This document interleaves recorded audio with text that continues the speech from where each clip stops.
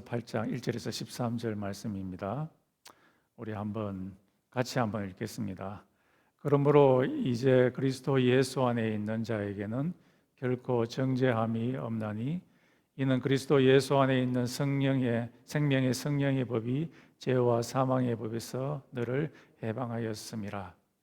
율법이 육신으로 말미암아 연약하여 할 수 없는 그것을 하나님은 하시나니 곧 죄를 인하여 자기 아들을 죄 있는 육신의 모양으로 보내어 육신의 죄를 정하사 육신을 쫓지 않고 그 영을 쫓아 행하는 우리에게 율법의 요구를 이루어지게 하려 하심이니라. 육신을 쫓는 자는 육신의 일을, 영을 쫓는 자는 영의 일을 생각하나니 육신의 생각은 사망이요 영의 생각은 생명과 평안이니라. 육신의 생각은 하나님과 원수가 되나니 이는 하나님의 법에 굴복치 아니할 뿐 아니라 할 수도 없음이라. 육신에 있는 자들은 하나님을 기쁘시게 할 수 없느니라. 만일 너희 속에 하나님의 영이 거하시면 너희가 육신에 있지 아니하고 영에 있나니 누구든지 그리스도의 영이 없으면 그리스도의 사람이 아니라. 또 그리스도께서 너희 안에 계시면 몸은 죄로 인하여 죽은 것이나 영은 의를 인하여 산 것이니라. 예수를 죽은 자 가운데서 살리신 이의 영이 너희 안에 거하시면 그리스도 예수를 죽은 자 가운데서 살리신 이가 너희 안에 거하시는 그의 영으로 말미암아 너희 죽을 몸도 살리시리라. 그러므로 형제들아 우리가 빚진 자로 돼 육신에게 져서 육신대로 살 것이 아니니라. 너희가 육신대로 살면 반드시 죽을 것이로되 영으로서 몸의 행실을 죽이면 살리라. 아멘. 오늘 말씀의 주제는 생각입니다. 우리의 머리에 무슨 생각으로 채울까 하는 그 제목으로 같이 한번 살펴보겠습니다. 제 친구 중에 하나가 아주 얄미운 그런 친구가 아마 있어요. 왜냐하면 좀 머니퓰레이션을 잘 하는 그런 친구예요. 저한테만 그럴 뿐만 아니라 다른 친구들한테도 그렇게 되는데, 머니퓰레이션을 좀 당하게 되면 좀 기분이 좋지 않고 그 친구에 대해서 좀 좋지 않은 그런 생각을 갖게 되었습니다. 그런데 가만히 생각해 보니까 그 친구가 갖고 있는 장점도 있더라고요. 그래서 그 친구는 다른 마음이 좀 다운되어 있는 사람들에게 가끔씩 저한테도 좀 인커리지먼트 해주고 또 좋은 어드바이스를 많이 해줘요. 그래서 그걸 제가 생각할 때 그 친구에 대한 좀 태도가 좀 달라지고 또 마음이 깊어졌습니다. 그 친구의 나쁜 점은 좀 생각 안 하고 좋은 점만 생각하게 될 때 내 마음이 그 친구에 대해서 좀 좋아지는 것을 느꼈습니다. 그래서 우리가 생각을 어떻게 하느냐에 따라서 마음에 미움이 있었다가 또 생각을 어떻게 하느냐에 따라서 갑자기 마음에 평안함이 찾아온다. 그래서 우리 생각이 우리 속에 있는 어떤 감정에 아주 큰 영향을 끼치는 것을 보게 됩니다. 그래서 오늘 말씀에 보면은 이 두 가지 종류의 생각이 나오는데, 이 육신의 생각과 또 성령의 생각, 영의 생각, 이 두 종류의 생각이 나옵니다. 우리가 육신의 생각을 품을 때는 죽음이 찾아오지만은 영적인 죽음이죠. 또 이것이 육체적인 죽음도 또 포함되기도 합니다만은, 그러나 이 반대로 우리가 성령의 생각으로 우리의 머리를 채우게 될 때에 찾아오는 것이 생명과 평안이라 이렇게 되어 있습니다. 8장 5절에서부터 11절 사이에 그렇게 되어 있는데요. 그래서 이 말씀이 우리한테 전해주는 것은 육신의 생각은 우리에게 죽음을 주기 때문에 우리는 될 수 있으면 육신의 생각을 우리의 머리에 채워서는 안 된다는 것이고요. 두 번째는 성령의 생각을 우리의 머리에 채우면은 우리 속에 평안을 하나님께서 주시기 때문에 될 수 있으면은 우리들은 우리의 머리에 성령의 생각으로 채워야 될 것입니다. 먼저 육신의 생각은 우리에게 죽음을 준다라고 했는데 이 육신이라는 말이 뭐냐 했을 때 헬라어로 사르크스인데요. 그 말의 원래 의미는 하나님 의지하지 아니하고 내가 갖고 있는 자원, 내가 갖고 있는 지혜, 내가 갖고 있는 힘, 내가 갖고 있는 뭔가로서 살아가려고 하는 것이 이 사르크스입니다. 육신입니다. 그래서 내가 갖고 있는 지혜, 내가 갖고 있는 힘, 하나님 의지하지 아니하고 그것만 사용하려고 하는 것. 내 속에서 우러나오는 악한 본성, 이것만 가지고서 살아가려고 하는 것. 이것이 육신입니다. 이 육신을 우리의 머릿속에 넣게 될 때에 여러 가지 좋지 아니하는 죽음의 현상들이 일어나게 됩니다. 이 육신의 생각이라는 말은 육신의 말에 조금 더 덧붙여져서 이것이 thinking controlled by flesh. 원래 의미가 전체적인 의미가 그렇습니다. 육신의 생각. 육신에 의해서 컨트롤되는 생각입니다. 그래서 우리는 생각할 때 자수성가한 사람은 참 훌륭한 사람이다라고 그렇게 생각을 하지만은 이 자수성가하는 사람도 하나님 의지 없이 내 힘만 가지고서 살아가려고 하는 것은 하나님 앞에서 죄입니다. 그것이 육신이고요. 또 이 하나님 의지 없이 하나님께 순종하는 것 없이 의지하는 것 없이 내 힘과 내 지혜를 가지고서 성공했을 때 그걸 자랑하는 것도 죄입니다.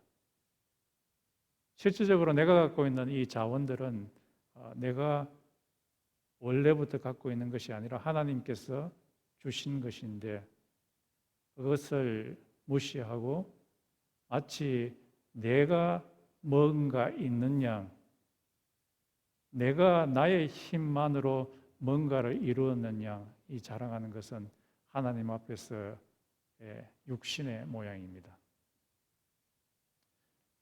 이런 지혜적인 측면, 나의 힘적인 측면뿐만 아니라 내 속에서 우러나는 여러 가지 악한 본성들, 이 갈라디아서에 나오는 육신의 모습들, 우상 숭배를 하고 또 하나님 사람과의 관계가 나쁜 관계, 디센션, 사람 사이에 싸움이 일어나고 악한 마음이 일어나는, 상대방이 꼭 무너지게 하게 하는 그런 멜러스, 악의,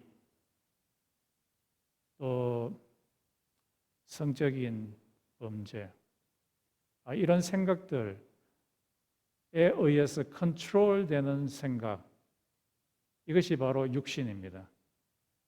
이것에 의해서 컨트롤을 당하게 되면은 반드시 찾아오는 것이 오늘 본문 말씀에 의하면은 death, 죽음이 온다고 이야기하고 있습니다. 이것은 영적인 죽음인데 이 영적인 죽음이라는 것은 하나님의 온기를 전혀 느낄 수 없는 그것이 바로 영적인 죽음입니다. 이게 spiritual death, 영적인 죽음, 하나님과 전혀 관계없는, 그렇죠. 내 힘만으로서만, 하나님 의지하는 것 없이 내 힘만 가지고서 살아가려고 했으니까 그 대가로 찾아오는 삭슨, 죄의 삭슨, 사망이라. 이 사망이 영적인 측면에서부터 찾아와서 결국에는 육체적인 측면까지 이루어지게 됩니다. 이런 이 육신에 의해서 컨트롤되는 생각으로 머리를 가득 채우게 되면은 그 사람은 반드시 죽게 됩니다. 그래서 이것이 성경에 여러 군데 나타나는데 로마서 1장 21절에 보면은 너희의 생각이 허망하여짐으로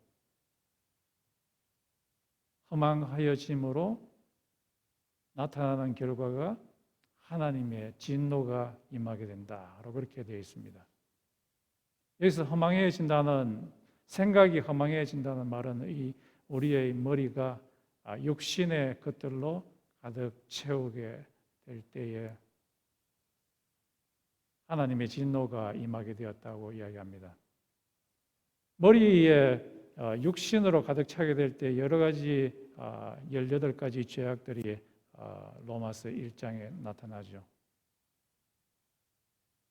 우상숭배부터 시작해서 부모 말 안 듣고 부모에게 불효하는 것까지 포함해서 18가지 죄악이 나타나고, 또 이 창세기의 6장에 보면은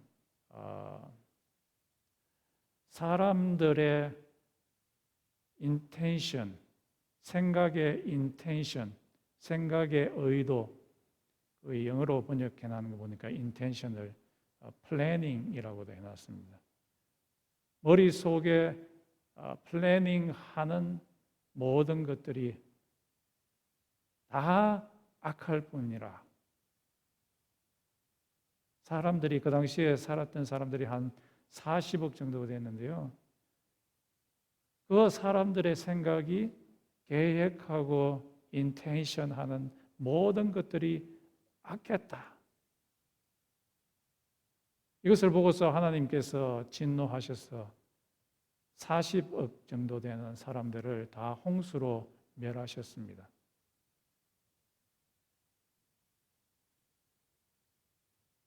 그래서 이 문제를 어떻게 해결해야 될 것인가? 사람의 머릿속에 육신의 생각이 일어나게 되고, 그것이 사단의 자극에 의해서 행동으로 발전되는 그런 모습을 해결하기 위해서 성령을 받기 전에 바울이 이 문제를 해결하려고 했습니다. 이것이 로마서 7장에 있는 말인데요. 거기에 I, 내가라는 그 말이 있습니다. 이 내가는 바울인데요. 이 바울은 성령 받기 전에 바울입니다. 이 바울뿐만 아니라 이 세상에 있는 성령을 받지 않았는 모든 사람을 또 포함하기도 합니다. 그래서 이 사람이 이 육신의 문제를 해결하기 위해서 율법을 갖고 옵니다. 율법을 갖고 와서 여기에 딱 됐을 때 이 문제가 해결될 것이라 그렇게 생각했습니다. 예를 들면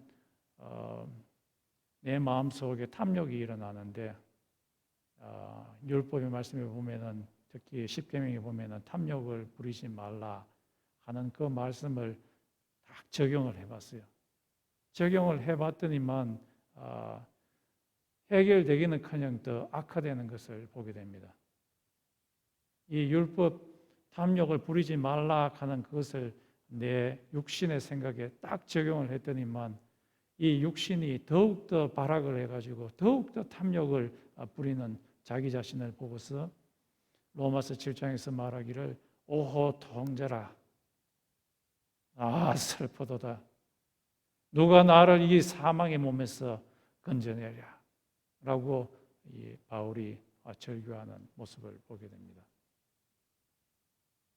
그런데 이 문제를 해결할 수 있는 길이 로마서 8장에서 나타납니다. 예수 그리스도 안에는 정죄함이 없나니 생명의 성령의 법이 죄와 사망의 법에서 나를 해방하였도다 라고 그렇게 말하고 있습니다. 예수 그리스도께서 십자가에 죽으신 그 속죄, 그것이 우리를 하여금 육신의 이 속박, 육신의 노예하에서 벗어나게 하게 했다라고 말씀하고 있고, 예수 그리스도께서 십자가에 못 박혀서 우리의 죄를 대신해서 죽으신 그 속죄로 말미암아 예수께서 보내신 성령의 영, 성령의 법, 이 성령의 법이라는 것은 성령의 파워가 너희를 죄의 파워에서, 사망의 파워에서 너희를 건져내었다라고 말씀을 하고 있습니다. 그래서 우리의 이 육신의 문제를 해결할 수 있는 길이 바로 성령의 파워, 성령의 생각이라고 말할 수 있겠습니다. 우리를 영적인 죽음에서 막을 수 있는 것은 성령의 파워가, 성령의 생각이 우리의 뇌 속에, 우리의 머릿속에 들어와서 우리를 지배하게 될 때에 이 문제가 해결하게 됩니다. 그래서 이 성령의 생각이라는 것은 우리의 지적인 것뿐만 아니라 우리의 감정적인 것, 지정의가 다 포함된 것을 의미합니다. 그래서 이것을 영어로는 mindset이라고 표현되어 있는데, mindset controlled by the Spirit, 성령에 의해서 컨트롤된 마음, 생각을 의미합니다. 이 성령께서 우리의 마음 가운데, 생각 가운데 역사하시게 될 때에 이 육의 생각이 물러가게 되고 그 속에 평안이 깃들게 됩니다. 그것이 조금 더 디테일하게 설명한 것이 오늘 우리 교동문에서 보았던 빌립보서 4장 4절에서 8절 말씀에 있습니다. 빌립보서 4장 4절에서 8절에 보면은 네 가지 명령문이 나옵니다. 첫 번째는 기뻐하라.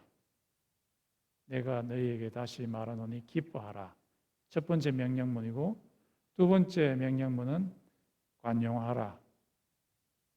그리고 세 번째 명령문은 염려하지 말라. 네 번째 명령은 기도와 간구를 하라. 기도하라. 간구하라. 그러면은 모든 지각에 뛰어난 하나님의 평강이 너희의 마음과 생각을 지키시리라 라고 그렇게 되어 있습니다.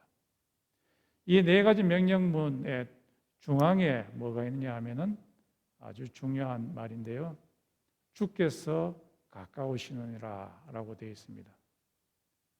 이것이 신앙문인데 왜 중앙에 이 말이 딱 들어있느냐 합니까? 이 말이 네 가지 명령문을 이루게 하는 원동력이기 때문에 그렇습니다. 주께서 가까우시느니라 했을 때 이 주는 바로 성령님이십니다. 성령님이 아주 공간적으로 가까이 있습니다. 우리에게 아주 가까이 계신 그 성령님께서 우리 속에서 역사하시게 될 때, 그 당시 바울은 사형당하기 바로 직전이었습니다. 그런 가운데서도 그는 기뻐할 수 있었고 그런 상태에서 어떻게 관용을 베풀 수 있겠습니까? 남들을 너그럽게 대해주는 것. 그런 가운데서도 성령께서 내 마음 가운데 가까이 계시게 될 때 남에게 관용을 베풀 수 있게 됩니다.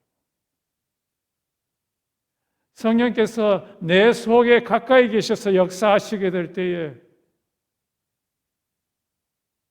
불안해하지 않아요. 염려에서 떨쳐버릴 수가 있게 됩니다.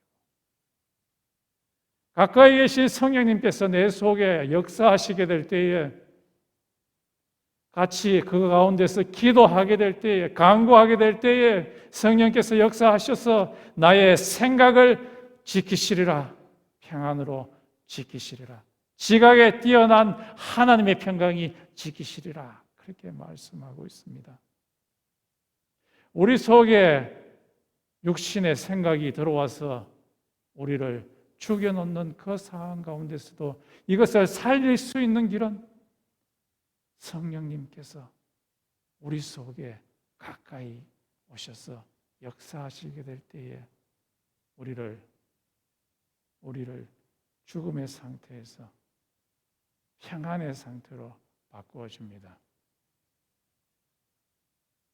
옛날에도 제가 한번 설명드렸지만 카펜터시라는 분이 계셨는데 이분이 영국에서 구세군 단장으로 일을 했습니다. 그에게는 아내가 있었고 그리고 딸이 있었습니다. 이 딸이 중국에 선교사로 가서 선교사의 일을 하는데 이 딸이 깊은 병에 들게 되었다고 그런 전갈이 왔습니다. 그래서 이 카펜터 씨와 그의 아내는 그의 딸을 위해서 기도하기 시작했습니다. 처음에 하나님께 하나님 우리 딸 병에서 고쳐주세요. 고쳐주세요. 계속 기도하다가 도저히 그런 기도를 더 이상 할 수가 없었습니다. 고쳐달라는 기도는 더 이상 하지 못하고 계속해서 하나님께서 이 아이를 지켜달라고 계속해서 기도했습니다. 한 달이 지난 후에 소식이 들려왔습니다. 이 아이가 죽었다는 소식이 들려왔습니다. 그 소식을 들은 미스터 카펜터 씨는 그의 아내에게 말합니다. 여보, 참 이상하구려. 내 마음 가운데 왜 이렇게 평안한지 몰라. 내 딸이 죽었는데 왜 이렇게 평안한지 몰라. 그 말을 들은 그의 아내도 말했습니다. 그래, 저도 그래요. 내 마음이 왜 이렇게 평안한지 몰라요. 왜 그런 줄 아십니까? 기도하는 가운데 성령님께서 가까이 계신 성령님께서 그들 마음 가운데 찾아가셔서 그들의 마음을 지켜주셨기 때문에 그럽니다. 그들의 생각 염려하고 넘어질까 싶어서 그들의 생각을 성령님께서 지켜주셨기 때문에 그들의 생각이 평온할 수 있었던 것이었습니다. 그 생각은 지각에 뛰어난 그런 평강입니다. 이 지각에 뛰어난 평강이라는 것은 우리의 이성으로 생각할 수 없는 그런 평강, 하나님께서 주시는 그 평강, 그 평강이 그들의 마음을 지켜주었기 때문에 그러합니다. 제가 아는 어떤 목사님이 30년 전에 하와이에 집회를 하러 왔어요. 집회를 비행기를 타고 바로 집회를 하는데 집회를 하고 나서 어떤 한 아주머니가 찾아왔어요. 찾아와가지고 목사님, 제 딸을 위해서 와서 좀 기도 좀 해주세요. 제 딸이 귀신 들렸어요. 귀신 들려가지고 옷을 다 벗어제끼고 하와이 좁은 그 하와이에 막 온 데 다 돌아다녀가지고 이 아이가 너무 불쌍하고 또 사람들에게도 좀 부끄럽습니다. 그 당시에는 이 하와이에 한국 사람도 그렇게 많지만은 그 좁은 땅덩어리에서 이 아이가 옷을 벗고 다 돌아다니니까 그것을 모르는 사람이 없을 정도였다고 합니다. 그런데 이 귀신을 좀 쫓아달라고 하니까 이 목사님이 좀 부담이 됐어요. 왜냐하면은 자기 영적인 이런 파워가 그렇게 크지 않았기 때문에 혹시 안 되면은 좀 부끄럽지 않습니까? 그래서 자꾸 미뤘대요. 그 다음 날 또 집회를 마친 후에 그 여자분이 찾아와 가지고 목사님, 내 딸을 위해서 와서 한번 기도해 주세요. 그렇게 해서 그러면 내가 가기보다는 담임 목사님하고 장로님 가시는 게 더 좋지 않겠습니까? 그렇게 이야기하니까 그분이 말씀하기를 당연히 우리 목사님이 오셨지요. 그런데 제 딸이 태권도를 배워가지고 기도하려고 할 때 이단 옆차기를 해가지고 목사님 갈비뼈를 다 부숴버렸어요. 그 말 듣고 나니까 더 가기 싫어하더래요. 혹시 안수해서 기도하다가 이단 옆차기 한 방 맞아가지고 자기 갈비뼈 다 부러가지고 한국에 돌아갈 걸 생각하니까 아찔하더래요. 그래서 또 미뤘대요. 마지막 집회 아침에 이제 되었을 때 그러면 아주머니 내일 내가 비행기 타고 가기 전에 집회를 마치고 잠시 우리 따님한테 가서 제가 한번 기도하겠습니다. 그러고 나서 이제 그 다음 날이 되었는데 평소에 집에 있던 그 딸이 자꾸 그 아주머니한테 묻더래요. 오늘 우리 집에 누가 오느냐고. 그래, 아니라고. 그렇게 둘러댔는데 그러고 나서 그 딸이 도망가 버렸어요. 기도를 받아야 되는데. 그리고 이제 딸이 도망가 버렸는데 목사님이 와보니까 이 딸이 없는 거예요. 그래서 이 어머니가 이리저리 전부 다 막 전화를 돌려가지고 그 딸아이가 있는 데를 찾았어요. 그래서 이 목사님하고 이 아주머니가 그곳에 가게 되었죠. 가서 목사님이 그 여자 아가씨한테 말했어요. 아가씨, 나는 아가씨가 정신병에 걸렸는지 아니면은 귀신이 들렸는지 몰라요. 그러나 하나님은 아세요. 아가씨가 귀신이 들렸으면 하나님께서 귀신을 쫓아내도록, 아가씨가 정신병이 걸렸으면 하나님이 정신병을 고쳐주도록 제가 기도해도 될까요? 하니까 이 아가씨가 가만히 있더래요. 그래서 이 목사님이 그 여아이를 위해서 기도하기 시작했습니다. 하나님, 이 아가씨가 정신병이면 정신병을 고쳐주시고, 이 아이가 귀신이 들렸으면 이 아이에게서 귀신을 쫓아내소서. 이렇게 간절히 기도를 하고 나서 이 아이가 막 통곡을 하기 시작했다고 합니다. 막 울면서, 지금까지 그렇게 우는 건 첫 번째예요. 막 울더래요. 그때 비행기가 떠날 때가 다 돼서 이 목사님은 이 아이를 두고서 비행기를 타고 샌프란시스코로 가게 됐는데, 샌프란시스코에서 이 아이가 어떻게 됐나 싶어서 그 어머니한테 전화를 했더니만 어머니가 말하기를 이 아이가 지금 아주 평온하게 잠을 자고 있다는 거예요. 평상시에는 뭐 항상 막 옷을 벗어 제끼고 온데 다 돌아다니는데 그렇게 울고 나서 그렇게 평안하게 잠을 자는 모습은 처음이라는 거예요.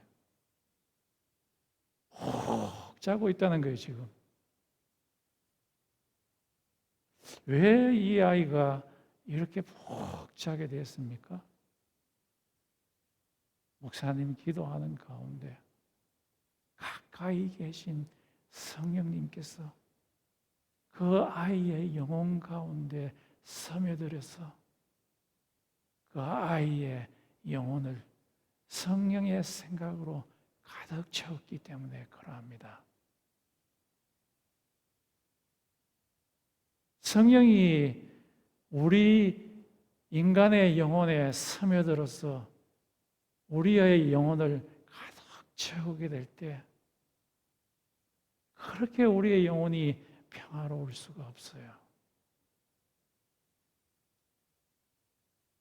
불안 가운데 있는 분 계십니까? 성령님께 요구해 보십시오. 한참이나 기도할 때 성령님께서 우리의 영혼을 가득 채워서 우리의 영혼을 아주 평화롭게 합니다. 이 세상에 있는 율법으로도 그 문제를 해결할 수 없고 이 세상에 있는 물질로도 해결할 수 없고 이 세상에 있는 에듀케이션으로도 해결할 수 없는 그것을 하나님께서는 해내셨습니다.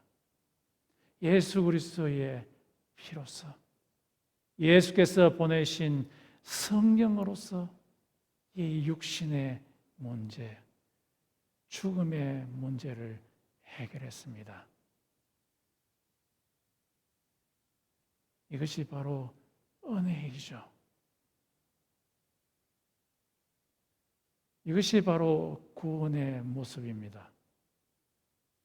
예수께서 오셔서 구원을 시작하셨고 성령께서 오셔서 구원을 실제적으로 일으키셨고 예수께서 재림하실 때에 우리의 썩을 몸, 우리의 약한 몸, 우리의 염려하는 이 마음을 갖고 있는 이 몸, 이것을 하나님의 몸처럼 예수의 몸처럼 홀연히 변화시킬 것이라고 이야기하고 있습니다.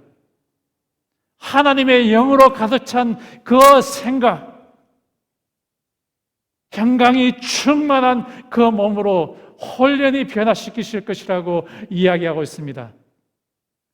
이 세상의 복음은 딱 하나, 그것은 바로 예수 그리스도를 통한 복음이라고 이야기하고 있습니다. 그것이 우리의 삶 가운데, 머리 가운데 들어와서 우리로 하여금 평온케 합니다. 그러나 그 결정적인 순간이 아직까지는 decision moment는 오지 않았습니다.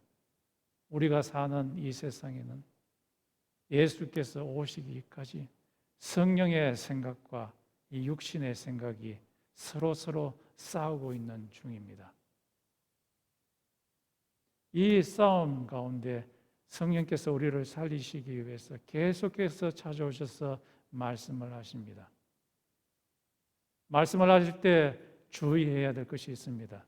로마서 8장 12절과 13절에 보면은 성령의 생각이 육신의 생각과 서로 싸우게 되는데 이 성령의 생각이 우리의 마음 가운데 들어오게 될 때 너희들은 너희 의지를 사용해서 반드시 성령의 편을 들어야 된다. 그래서 육신의 생각을 죽여야 된다 라고 말하고 있습니다. 그런데 성령의 편을 들지 아니하고 육신의 편을 등하면은 반드시 너희가 죽을 것이지만 성령의 편을 들어서 육신을 죽이면은 mortify 하면은 너희가 살 것이다 라고 말씀하십니다.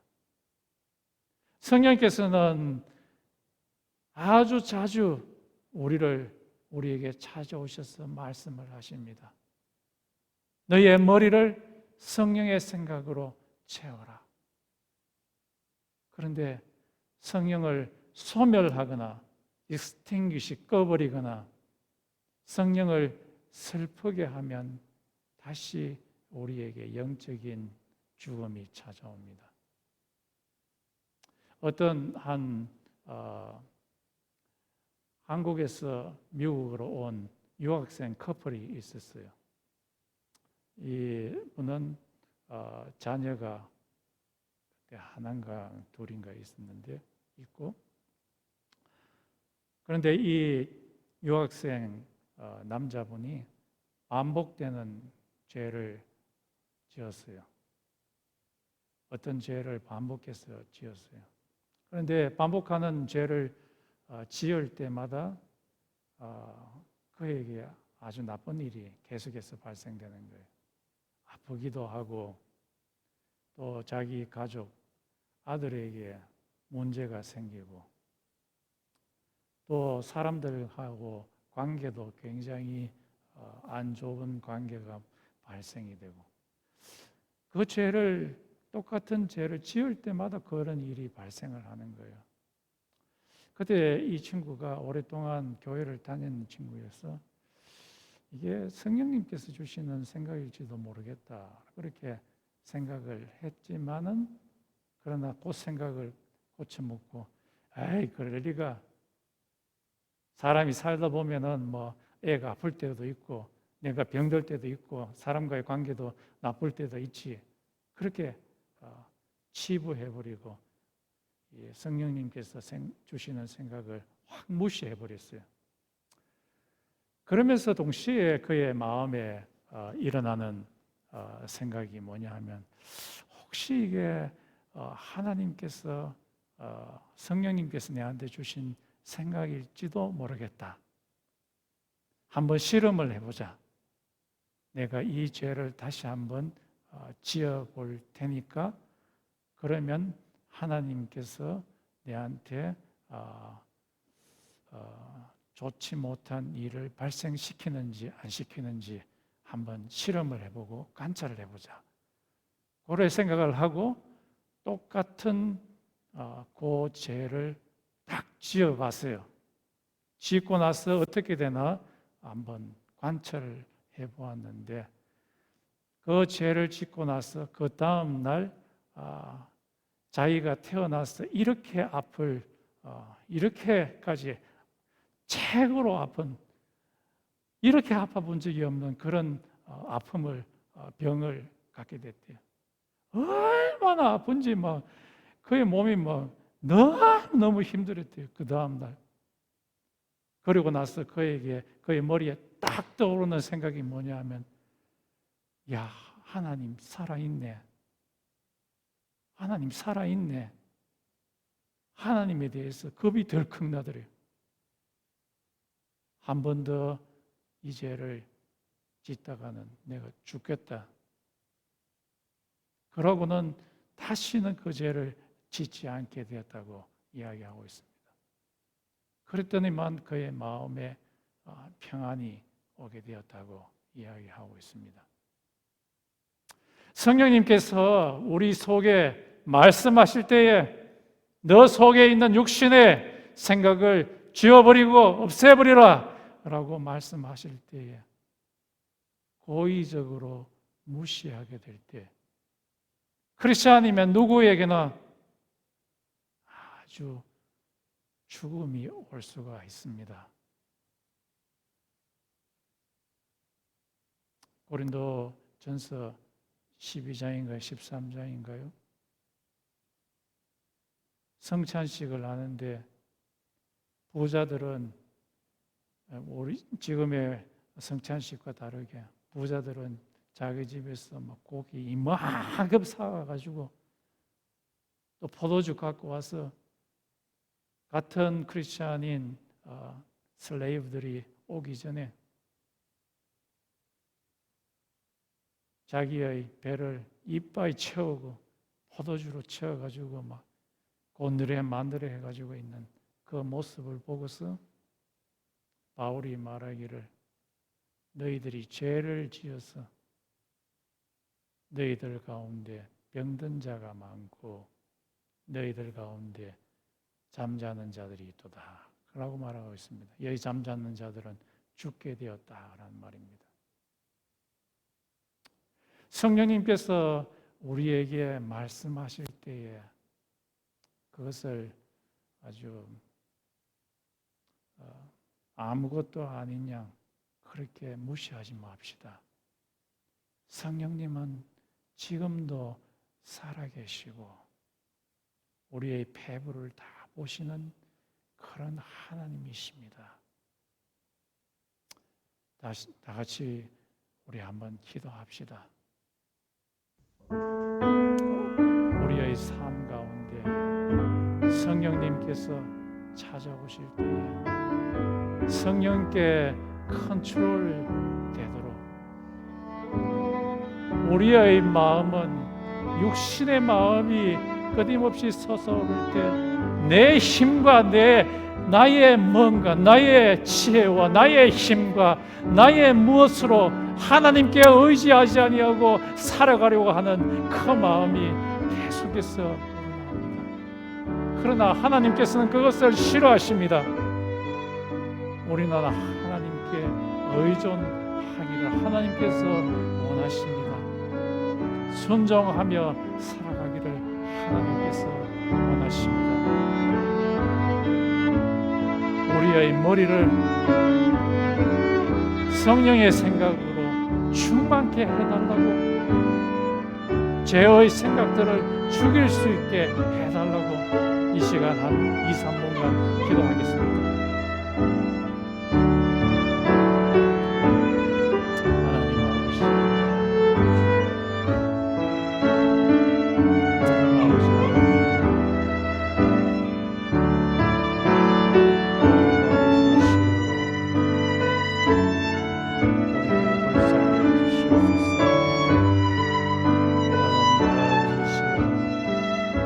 우리의